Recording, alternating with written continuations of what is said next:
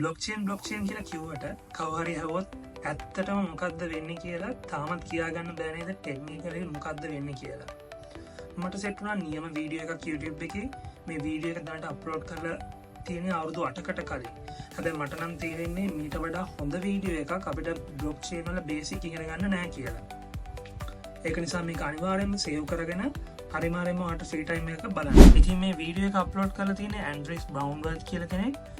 මේකේ දැනටමත් 2.8 million views තියෙනවා. 82000කට වඩා ලයික් කරලා තියෙනවා. ඒ වගේම 1600කටත් වඩා කමෙන්ට් දාලා තියෙනවා. අපි කමෙන්ට් සෙක්ෂන් එක පොඩ්ඩක් බැලුවොත් හැමෝම වගේ මේ ටියුටෝරියල් එක රෙකමන්ඩ් කරලා තියෙනවා. ඒ වගේම ගොඩක් හොඳ කියලා තියෙනවා. ඒක නිසා මේක අනිවාර්යයෙන්ම බලන්න. මේක ටයිටල් කරලා තියෙන්නේ blockchain 101 a visual demo කියලා. මේකට අමතරව එයාගේ part 2 කියලාත් වීඩියෝ එකක් තියෙනවා. මුලින් මේක බලලා ඒ part 2 කියන වීඩියෝ එකක් බලන්න. ඇත්තටම මේ ඒ වීඩියෝස් දෙක විතරයි අන්තිමට මෙයා අප්ලෝඩ් කරලා තියෙන්නේ. මම දන්නේ නැහැ මොකක් වෙලාද කියලා.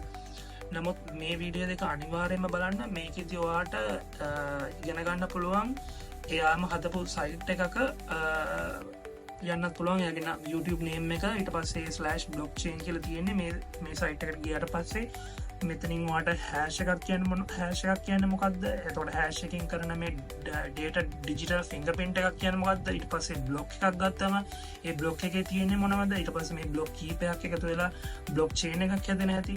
ඊට පස්සේ මේක distributed network එකක තියෙන විදිය.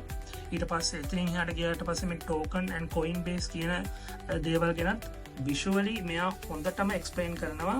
ඒක නිසා අනිවාර්යයෙන්ම මේ වීඩියෝ එක බලන්න. ඔයාට මේක සිම්පලි YouTube එකේ සර්ච් කරන්න පුළුවන් blockchain 101 කියලා. නැත්නම් ඔයාට කෙලින්ම ටයිටල් එක දෙන්න පුළුවන් blockchain 101 a visual demo කියලා. අනිවාර්යයෙන්ම මේක සේව් කරගෙන බලන්න. මේකේ මම හිතනවා ඔයාලට blockchain ගැන ගොඩක් හොඳ දැනුමක් ලබා ගන්න පුළුවන් කියලා.